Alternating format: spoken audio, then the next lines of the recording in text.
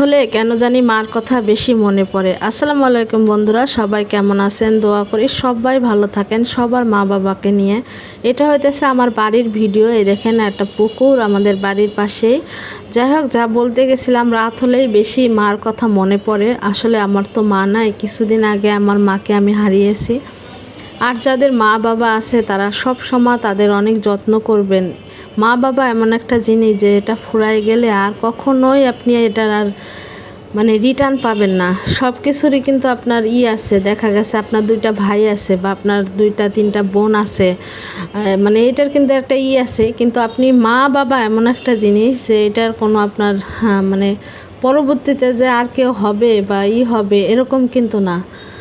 আসলে আমি কথা বলতে যাইও অনেক খারাপ লাগতেছে। আমি আপনাদের কাছে আমার অনুভূতি বুঝাইতে পারবো না। আসলে আমার কিছুদিন ধরে আমার যে কি যাচ্ছে আমার উপর দিয়ে, আমার সব থেকে প্রিয় মানুষ, সব থেকে কাছের মানুষ, সব থেকে ভালোবাসার মানুষকে আমি হারাইছি।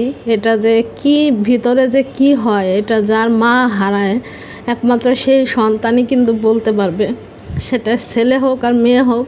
আসলে কি, আমরা যারা মেয়েরা কান্নাকাটি করতে পারি, কিন্তু ছেলেরা কিন্তু কান্না করতে পারে না।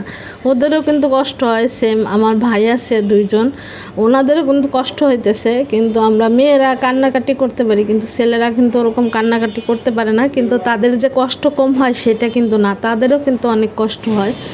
যাই হোক, আমি আপনাদের কাছে দোয়া চাই, আমার মা বাবার জন্য অনেক অনেক দোয়া করবেন। তারা যেখানে আছে তারা যেন ভালো থাকে। আর যা বললাম, রাত হইলে আসলে বেশি মার কথা প্রচুর মনে পড়ে। আর এই দেখেন আমাদের বাড়িটা, এই বাড়িটা দেখলে আমার কাছে আরও আমার সব জায়গা আমার মার স্মৃতি আছে। এখানে বসছিল, এখানে দাঁড়াইছিল, এখানে এটা করছিল, এখানে এটা আমি যে বাড়িতে ঘরে এখন থাকতেই পারি না। থাকলেই যে আমার মার কথা সব জায়গা, শুধু আমার মার স্মৃতি।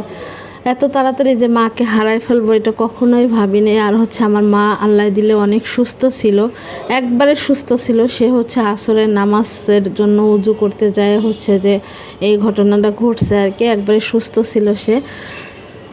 আসলে মার অভাব কিছুতেই পূরণ হয় না পৃথিবীর কোনো কিছুতেই। আপনি যাকে, আমি অনেক মানুষকে এখন জড়ায় ধরি কিন্তু আমার মার মতো ওই শান্তিটা আমি পাচ্ছি না। কিছু মনে করবেন না, আসলে আমি ভয়েস দিতে গেলেই যে হয়ে যায়, এই বিষয়ে কথা বলতেই আসলে চাই না। এই বিষয়ে কথা বলতে গেলে আমি যে অন্যরকম হয়ে যায়। সবাই ভালো থাকবেন, সবার জন্য দোয়া করি, আমার মার জন্য দোয়া করবেন। আল্লাহ হাফেজ।